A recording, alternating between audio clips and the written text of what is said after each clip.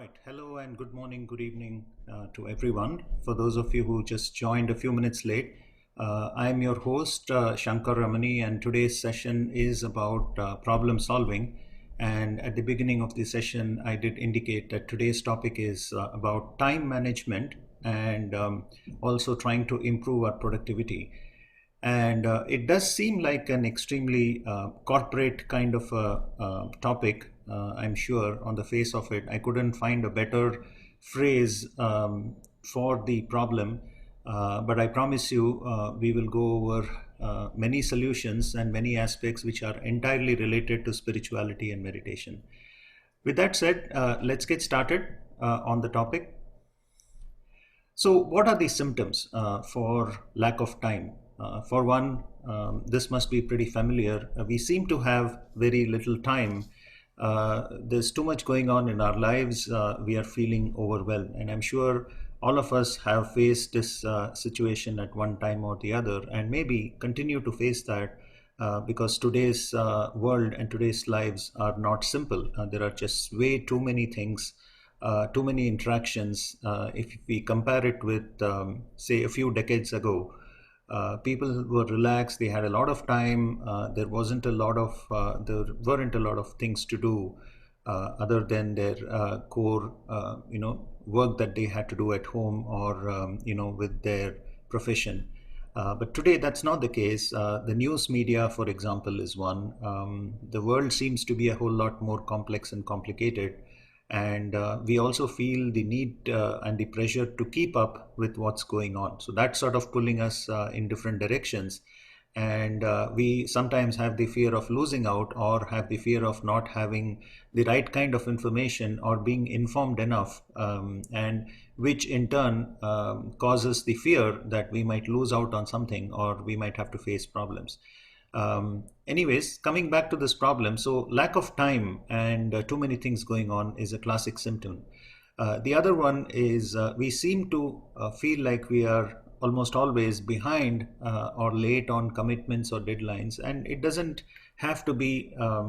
Deadlines seem to give the impression of something related to commitment at work or something. It doesn't have to be that. It can be as simple as personal chores as well, and tasks that we have to complete or has been sitting on our task list for months together, and we have not been able to get to it. And lack of progress at work or chores at home seems frustrating. So at some point, it gets frustrating. We're looking for ways to see if things can come to a point where things are flowing and happening smoothly, and then there is good progress. And also, it's not just about the availability of time, but how we use the time. If and That's where the aspect of productivity comes in. For the same time, if we are able to work more efficiently and effectively, then things seem to get solved or get done far quicker than they are typically. So it's that aspect of not just having more time or having that feeling or living a life where we feel more relaxed and feel that we have more time, but it is also about how to do or get more things done in the time that we do have. So those are the symptoms, or you could say they represent the typical problems associated with lack of time. I'm going to take a pause and I'm going to venture or ask you for what your thoughts are. Now, I'm sure this is a pretty common problem. And before I get into the recommendations and my views and Sahaj philosophy and teachings and so on this topic, I am interested to know what you all feel about this, and even solutions, right? What in your imagination or guesses could be the reason for this and solutions for this? What do you expect? And I want to see the contrast between what I actually finally discuss on this problem versus what you all feel. So please take a minute and use the chat function to give solutions if you like, what you have done, experiences, or just a problem relating to this, or even if you have some thoughts around why this is happening. I would appreciate that.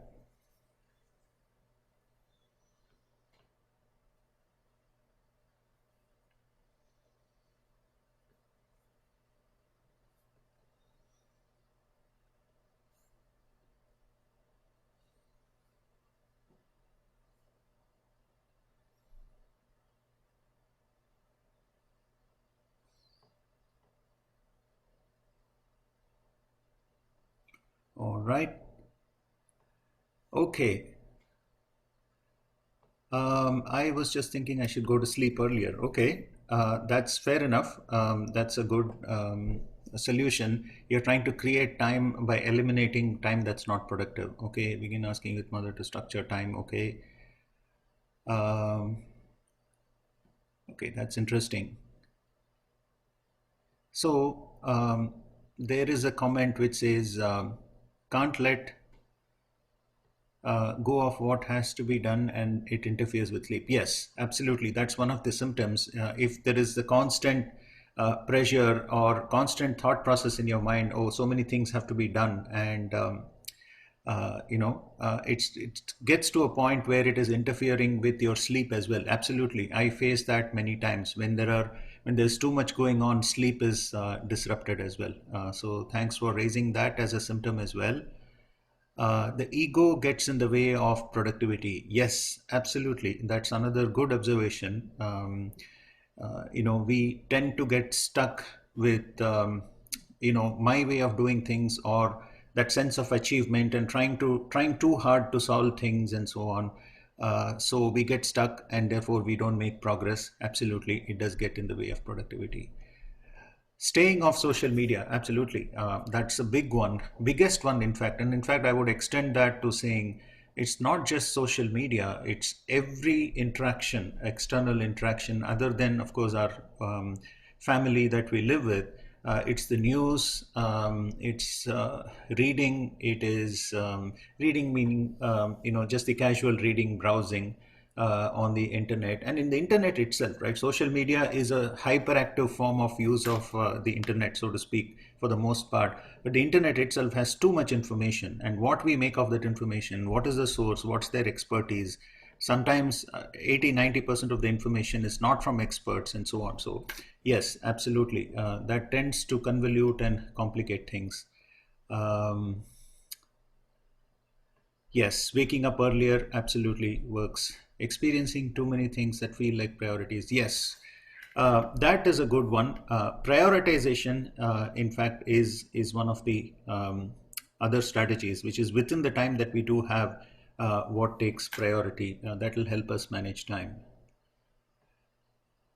Meditate more when I find time. Works out. Yes, I'm going to tell you that solution, obviously, right? That when you meditate, things will work out. But the question is, we will see how.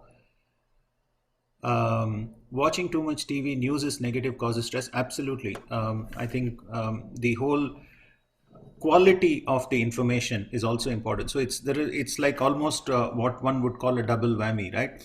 It's not just about the time that we spend on things, or you could say things that catch our attention and cause us to spend time, but the quality of that information, and that negativity in that information, that fear, that sensationalism when it comes to reporting a simple news item. And we have got to keep that in mind. In one of the earlier sessions, I've covered as well that news, by definition today, is only that information which can create some sort of a fear or anxiety or greed, or evoke some sort of a strong reaction within us. That's the whole definition of that phrase, newsworthy, right? Now, if something doesn't have that effect, then it is not deemed newsworthy, and people would simply toss it out. So we have to understand that a lot of information and events and things that are happening, for instance, nobody is going to report on nothing happened today and everybody was peaceful and there was no problem in the world, right? I think it was this was made fun of in a comedy show or something. And so nobody really reports that as news. What gets reported is, what went wrong, who killed who, what virus is spreading all over the world and about to almost strangle you to death, and so on and so forth, and everything, right? So that is the one that tends to create this pressure and anxiety, and tends to eat into our time, so much so into our psyche, that we are not able to do things, carry on doing things that we can. Okay. Thanks for all of the inputs. Now we will see what I have by way of solutions, and the reasons on this particular topic. That was definitely useful. All right. So moving on. what could be the spiritual solutions and guidance?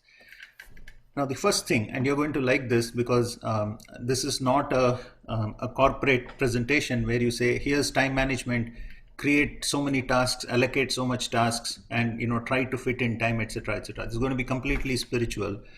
So the first thing, and this is an sort of a complex, advanced spiritual topic, and the word that I have written at the end is known as Kalatit, and it is a combination of two words. It's a Sanskrit language word.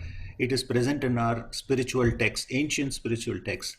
And Kal means time, right, in Sanskrit, and Atit means past.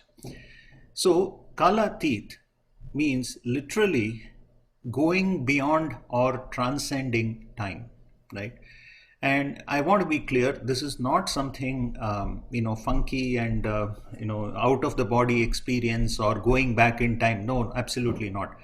It is a very deep, powerful spiritual concept, yet extremely true. But the caveat is that it is also an advanced kind of a concept where you have to realize and you have to work towards that. So what does it really mean?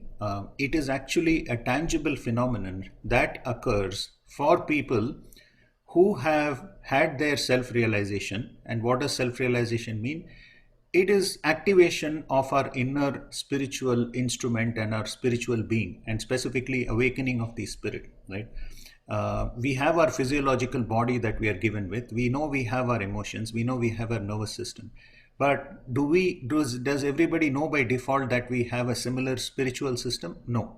How do we come to know as meditators? When we get our self-realization, when we meditate, when we feel our vibrations, we know that our spiritual system is active. So for people who have had their spiritual system activated, by getting into this higher state of consciousness, we become almost, or you could say we become one, and almost completely integrated. And the reason I use the word almost is because we are not perfect. We are work in progress, right? We are still working towards staying in that higher state of consciousness consistently and whenever we want, right? But that's not an easy thing to do. We struggle with it. We are there somewhat, right? At least there are intermittent bouts of time when we can be without those thoughts and so on. But in simple terms, when the spiritual system within us is activated, then we are able to, when I say we are able to, our attention is able to rise to that higher state of consciousness. And when we are in that state, we are in complete unison. We are united with this all-pervading power. It's almost like we are inseparable. And in that state, there are actually three things or three sort of spiritual achievements that are possible. One is Kalatit, which is going beyond time or transcending time. The second one that I've not mentioned is Gunatit. Guna is our tendencies, or you could say in some form qualities. That is Gunatit. And third is Dharmatit, which is even more thing. Dharma being, code of conduct, whatever. So this highest spiritual state that we achieve, when we get to that, it is possible to achieve all of these three phenomenons distinctively. And what does that really mean for in a tangible way, in a day-to-day manner? There are some manifestations of this Kalatit. What that means is that since we are fully integrated with this divine power and become one with it, it's almost like the constraints of time have been removed from us, right? And this power is the power, we should remember, is driving the whole universe. This all-pervading power is the one, it's, it creates everything, it moves everything in this universe, it works in other people, it works in situations, it works everything. The reason that everybody cannot achieve this high state of Kalatit is because their spiritual systems are not activated. If the whole world were self-realized, then it would be immense. For all of us, time would become sort of a secondary priority. And that doesn't mean we get complacent or irregular or indisciplined. It only means that we have become so powerful that time is kind of coming, is no longer a big factor of influence. So in that higher spiritual state and awakened state, we feel that the constraints of time have been removed. Let's give an example. If we find that we are constantly running late, for example, before self-realization, then after self-realization and in a good state of meditation, we find we are operating to a flow and a specific timeline that is just perfect. It's almost like we reach at the right time that is the most optimal, and everything is arranged for us. And things like you drive your car, you go through the traffic lights seem to turn green just as you go over there, or sometimes if it is red, then that's also with a purpose. But either way, the outcomes are managed perfectly for us when it comes to time. And another good example is, we have heard so many anecdotal experiences from Sahaj practitioners who say, I'm no longer worried if I'm going to miss my flight, right? I find that even on the odd occasion, for some reason, when I'm delayed in traffic and I reach there, the flight itself is delayed, and it ends up, doing no harm to me at all, right? Or if I'm to meet somebody, and this happens to me almost every time, 9 out of 10 times I will try to be on time.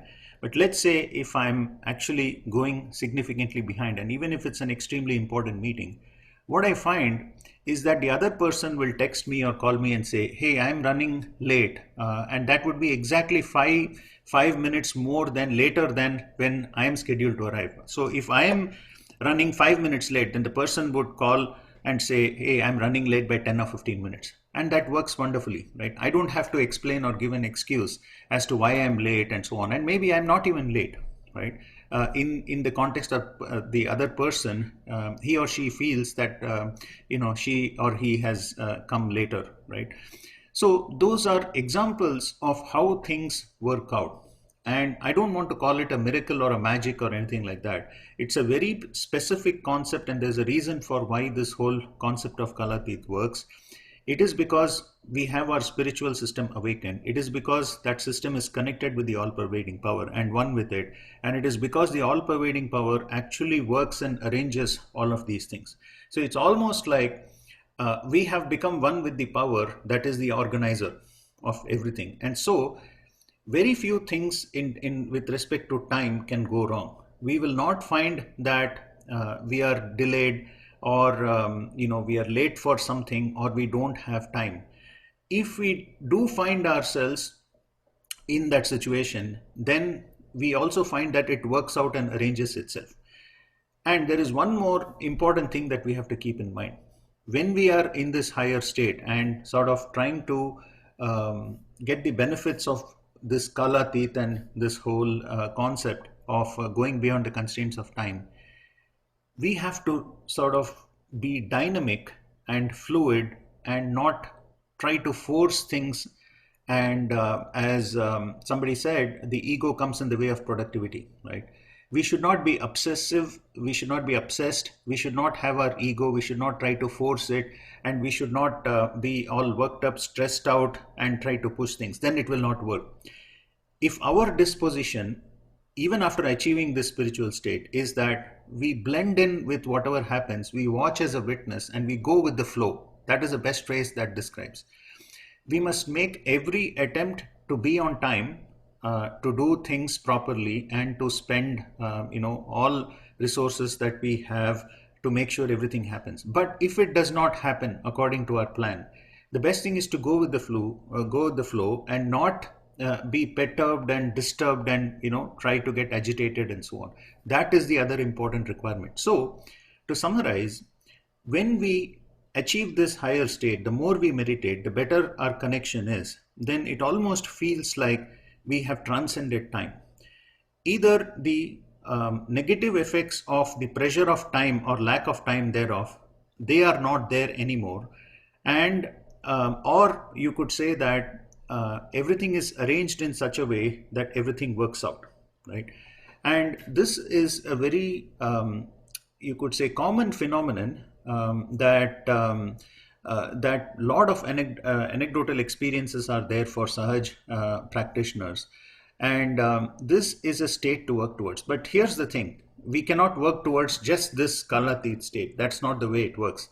It is a common state that we have to go to through our meditations. And we have to realize that state through our various ways that we have, which is through our vibratory awareness, through our attention, and so on.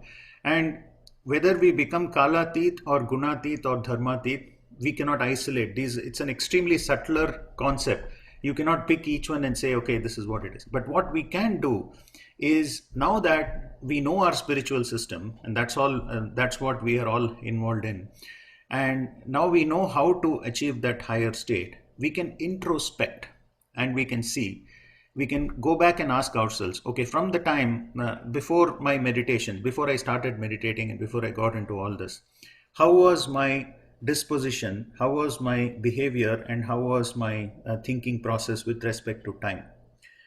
Today, after meditation, or after a day of good meditation, and if I'm feeling good, how is my behavior and how is my disposition?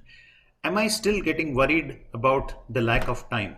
Am I still not going with the flow, trying to force, trying to get upset if something doesn't happen at a scheduled time? Or do I have the maturity now to just watch it and just go by, right? And go with it and see that it does not, impact anything big, right? And acceptance is also important. For instance, if we plan something at a particular time, if it doesn't happen, we should try that. This is by no means a formula for people to become lazy. Oh, I have become kalatit, everything will work out, let me not do anything. Absolutely not. That is the wrong thing to do. So what we were doing before, prior to meditation and spirituality, we have to absolutely do. If necessary, we have to create a schedule, we have to put a time, we have to have our calendars, we have to work towards that. But the new thing that has come into us is that we are guided by this innate awareness, and because we are one with this power, we have that intuitive intelligence and the direction that comes from within. That will smoothen out the problems that are there, and it will also sort of release our attachments to our calendars and the time and the obsession that we have, to say that if things work out, that's fine. If things don't work out, for instance, right, if things that do not happen on time, then that's okay. Let me introspect, go back and try to reprioritize and do that, right? So that whole strong attachment and obsession is not there. The worry goes away, and we find that there is a certain level of smoothness to this whole life. And I can tell you out of my own experience, if you're doing the same number of projects and activities at home, too many things, before and after meditation is a huge difference. In fact, I actually make it a point, when I get or I'm beginning to get overwhelmed with just too many things and too many deadlines, what is the first thing I will do? I will not go and try to write it down and say, this is when I will do, I will do. I will not start this cognitive process. Rather, I have access to a higher process within me. So I will first go and meditate. When I start getting overwhelmed, the first step to take is go and sit and meditate. And if it is too overwhelming, I'll even do a foot soak, right? Good half an hour I will spend. Of course, it's not something, you can't do that in a crisis. When you have an emergency, you have to react and do that. But excluding emergencies and something that needs immediate attention, when I have too many things going on or I'm looking like getting behind, the first thing I will do is work on the state and get that clarity and have that connection. Then as a next step, I will say, these are the 10 things to do, right? And I will make decisions on which I should prioritize, right? And what the consequences are. So to summarize, this whole state is inbuilt. It is meant for us to see this benefit of releasing the constraints of time. And it is a medium or a long-term process. We will have to meditate. We will have to have that state, right? But decidedly and definitively, this is the solution to start with when it comes to time management. Because no matter what we do, our number of hours will seem limited, right, that we have. We cannot have more than 24 hours a day. So the only way to do it is, if the constraints or the pressure of time for so many things that we have to do is removed from our lives, then it becomes much easier to lead that life. And that's what we have to work towards in a very spiritual way, right? Not in a way where through our cognitive analysis, we try to solve the problem. All right.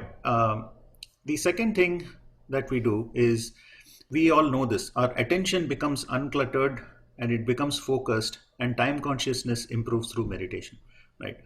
So other than the concept of the direct impact of the time, which is kalatit, the second thing is the way we process what work has to be done, the way we prioritize, and the whole consciousness that we are maybe behind, we don't have enough time, or do we have the right amount of time to finish what we do, all of these will become clearer, will improve through meditation. And we have done so many sessions in the past where we have focused on attention and how to clear it and focusing and all of that. So another benefit of meditation towards time management is that our interpretation of how much time is available, what work do I have to do, what to prioritize, and the intuitive consciousness about, hey, I'm going to get late for something, works a whole lot better. In fact, I can tell you out of my own personal experience that for the most part, I do a lot of things that people would normally do. I would put something on my schedule or calendar, I would put reminders and everything. But every single time, I never have to go back to the calendar, nothing that reminds me from the calendar, right? I use it as a backup. It always comes from inside. I am absolutely on track of, this is the time, there is not enough time, I'm getting delayed on this. This looks like it is going behind. I have that within me. And that it's not like, it's wrong to probably even say I have it within me. Something inside me keeps telling me that and keeps me updated all the time. So it's almost that inbuilt innate calendar that is activated, that whole consciousness, which is far superior to what I have written down, right? Or marked on my, digital calendar or whatever. Right? So that is something that we have to work towards, that whole awareness inside, working as a time management mechanism, and the whole attention improving, that happens through meditation, which is an important contributor to this particular topic. Somebody spoke about priorities. Yes, absolutely. And we have mentioned this in some of the earlier sessions, we have spoken about this.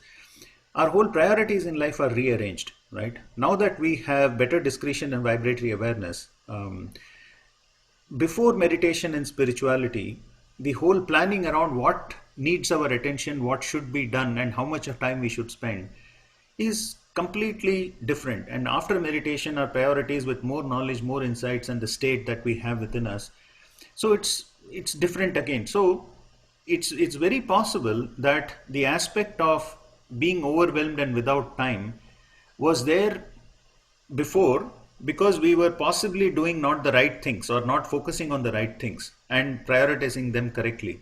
Now the priorities have changed. Maybe many activities are not useful to us and not even necessary, right? That's one way of doing it. And maybe there are other newer ones which are more necessary, better for us, which come into our list. So the whole definition of what I need to get done, by when I need to get done, all of that changes once we start doing the spiritual activities. And so that also contributes towards an improved time management. Talking about productivity, I already spoke about this in the explanation of Kalatit. So the unison with the divine power, it arranges everything for us, makes everything smooth, and it is working behind the scenes. And that's a very key phrase. We have to trust and fully understand that once we are with the divine power, it is like our friend, right? Once we have the connection, it is actually working to solve this problem for us, right? And it is infinitely intelligent. I can tell you that it has created this whole universe, and you can think of it as the force of nature or whatever, right? It's infinitely intelligent. Human beings cannot even match its intelligence, right? And it is working everything out. All we have to do is make sure that we have our state is there and we are connected to it. And yes, we should have the discipline. Again, as I said, this is by no means trying to become lazy and giving everything, oh, the divine will work it out. No. The curious thing is, it only works if we put our attention on a particular activity, we have the desire, and we take some steps towards getting that work completed. If we do that, then it works as magic. If we do not do that and we sit back and we get lazy, then it will also stop working. That's the beauty of this whole power. So it's like something like your 401k contribution, right? If you contribute something, then your employer will contribute, right? Matching contribution, as it is called. That's exactly the concept even with this whole time thing, is that when we are connected, we should take measures to get the activity started or planned or whatever, put our attention, do our best. it will put in its own contribution to make sure that things are smoothened out in its way. So that's the other benefit when it comes to meditation. So moving on, few more things. Problems and obstacles begin to disappear. This is again something that is related to specific chakras, more so to the Muladhara, I would say, that many the powers within our chakras help us working on the Muladhara especially, will cause the obstacles in the way of our lives in every aspect to disappear, and specifically just the obstacles to disappear. So you could say that this is more related to productivity. If we are getting stuck and we are not able to progress, then using the power and the, you could say, the power of the Muladhara chakra, it is possible to make those obstacles go away, provided that activity is falling under something that is good and benevolent and something that we are supposed to do. It will not work for something with that activity is undesirable or unhealthy or not good for us or for others. That's another thing to understand. All of these powers, in fact, cease to work when our intention is not pure and clear, right? Or it's not something that is necessary for us and normal thing to do. For all those aspects, this power works. Innate guidance for doing the right thing, making the right choices, and finding the right solution. This I spoke about. I gave my own example.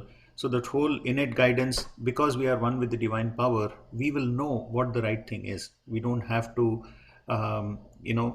have so many more choices and say, does this work, does this work, does it work, and so on, and check off. And we don't have to go through that process. We just cut through the chase. The right thing to do will immediately occur to us, right? The whole discretion, the power of discretion increases dramatically when we do it, when we do our meditations. Awareness for avoidance of obstacles, negativity, and unproductive activity. So I spoke about the positive things, right? Priorities and all that. But there is also a whole big awareness, specifically as it relates to, oh, this thing is not good for me. This thing is emitting negative vibrations. It is unproductive. It is causing some damage to my chakras. That kind of feedback also begins to come in. And that awareness is important, because what to avoid is also extremely important, so that the obstacles can go away and it can be a smoother path to completing that activity, right? And just as with our awareness, we can also feel it in our vibrations. There are something like good vibrations. There is also something like bad vibrations. Something that tells us, okay, this just is not the place to go. This is not the right time to do a certain thing, or this is not the right thing to do, right? That kind of a feedback also comes in when we do our meditation, which is again helping us in this time management. And then there is inspiration and energy to work harder while enjoying life to the fullest. Yeah. So this is a separate aspect in itself. So if we are finding that we do not have much time, and if we find that our productivity is poor and all of that, take a break. Try to be in collective meditations, right? And try to find the inspiration and the energy, recharging, so to speak, right? And try to get to a state where we feel that doing work or getting things done is no longer a burden. It is actually an enjoyment.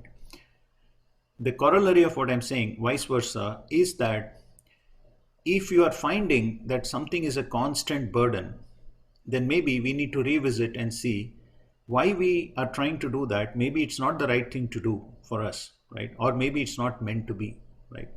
That is the introspection that we have to do. So when we are in the right state, connected, our spiritual system is well connected, we're doing our meditation regularly, the way it should feel is nothing should appear as a burden. Oh, I have to do this, right?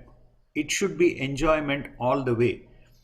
Whether it is work, whether it is our personal household activities, chores, whether it is anything that is there, whatever we do in our waking hours should only be an enjoyment. We should have, we should feel that we are never tired, and we are enjoying whatever we are doing.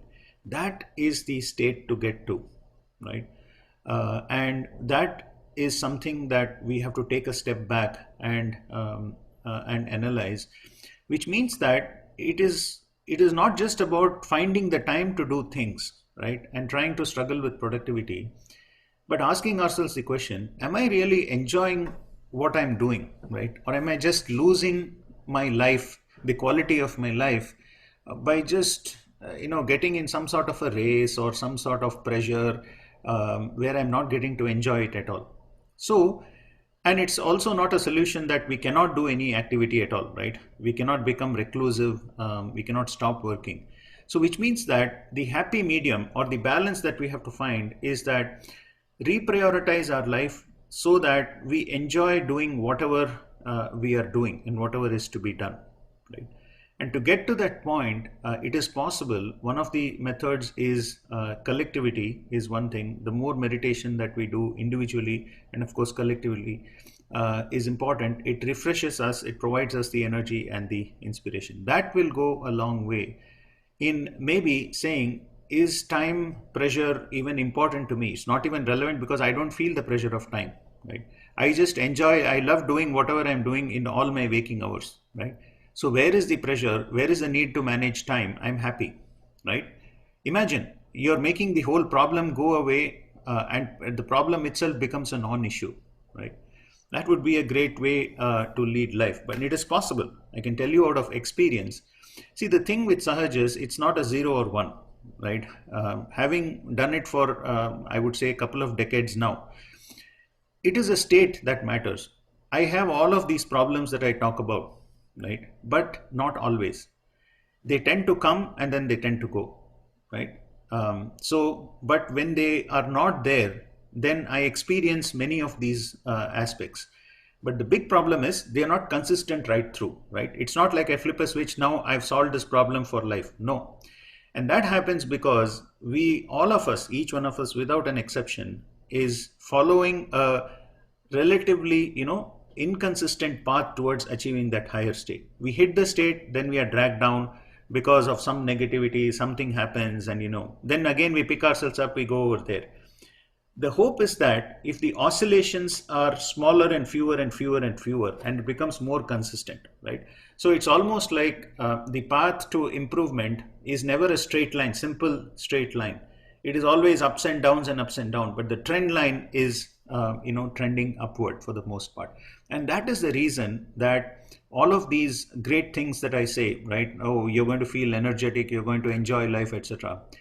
Those are not unreal things. Those are actually real things. The question is, how can we sustain that, right? And how can we keep our state in that state for a continued consistent period of time, so that we begin to experience it consistently? That's the challenge with meditation.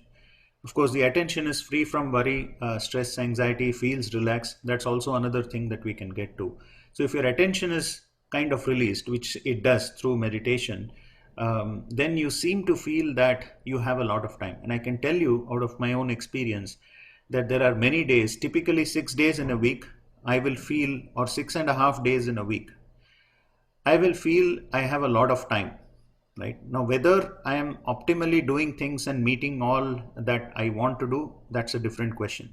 But for the most part during a week, my attention feels relaxed and I don't have the stress or anxiety that I have a lot of things to do and they are all getting to me. I never feel that, right? It feels relaxed and I like doing what I'm doing.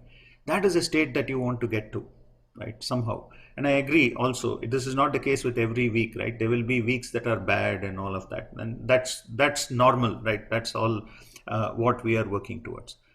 And finally, raring to go, rarely feel tired even with a lot of work. I want to highlight on this point.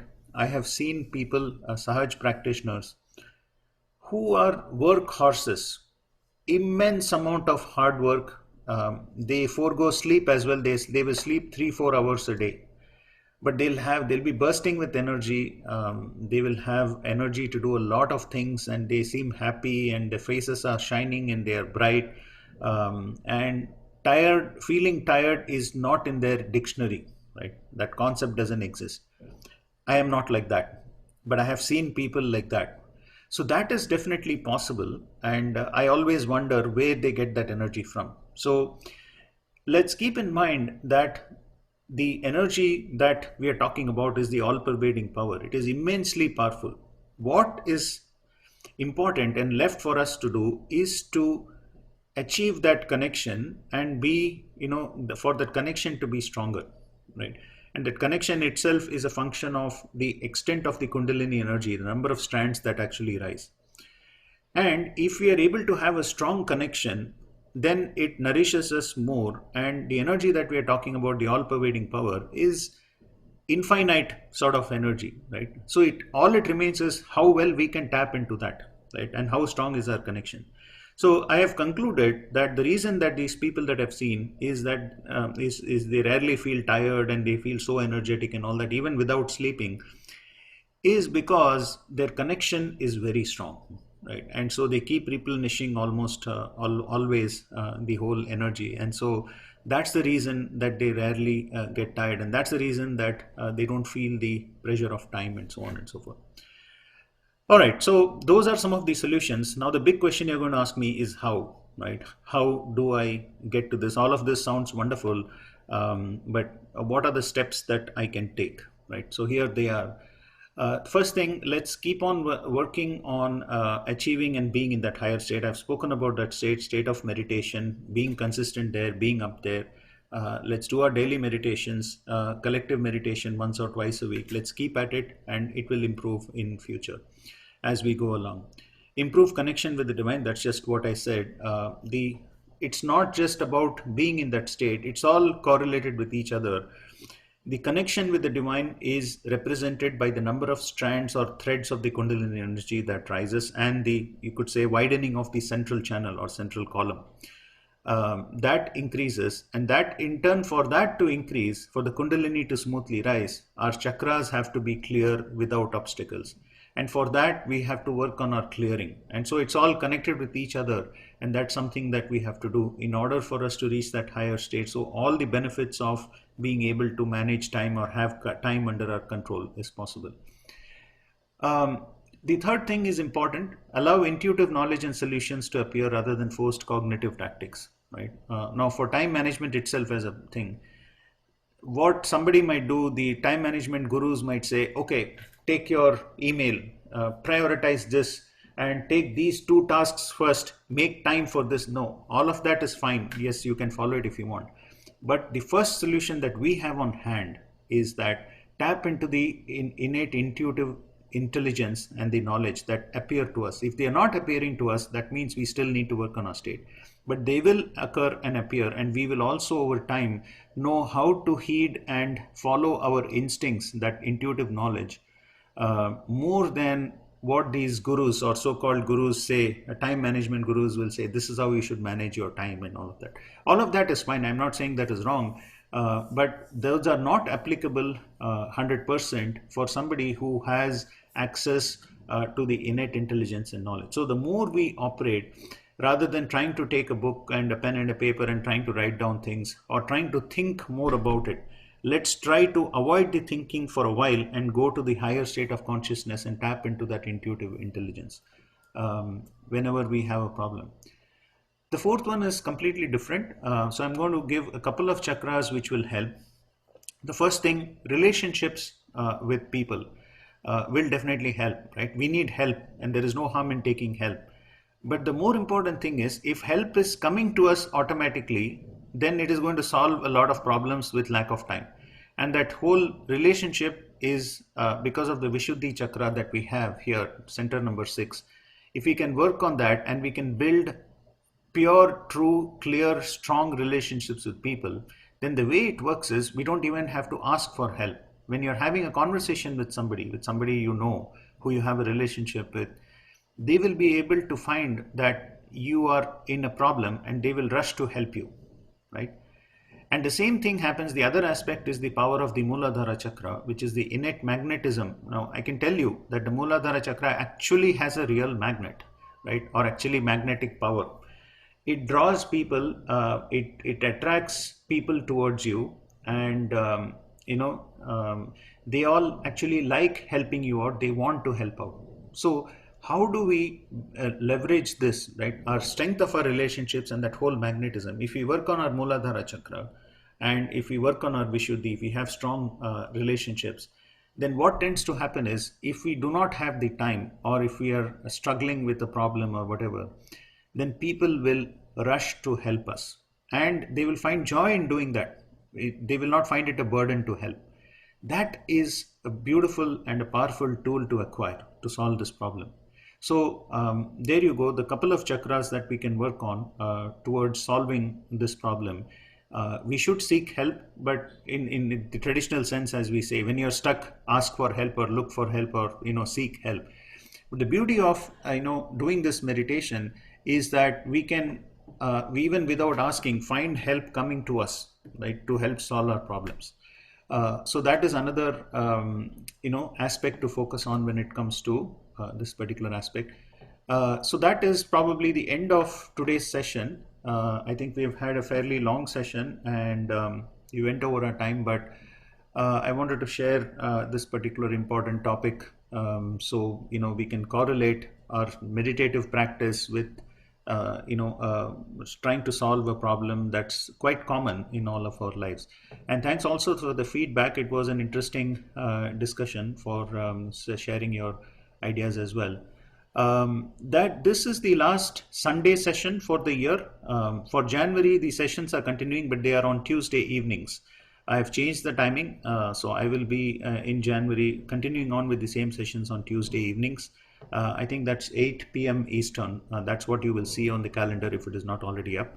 But since next week we are heading into the holidays, Christmas weekend and all of that, there is no session. So I will see you in the new year. Thanks for taking the time, and I will be releasing the recordings of all my sessions over the next week or so. Happy Christmas, happy holidays to everyone, and I'll see you next time.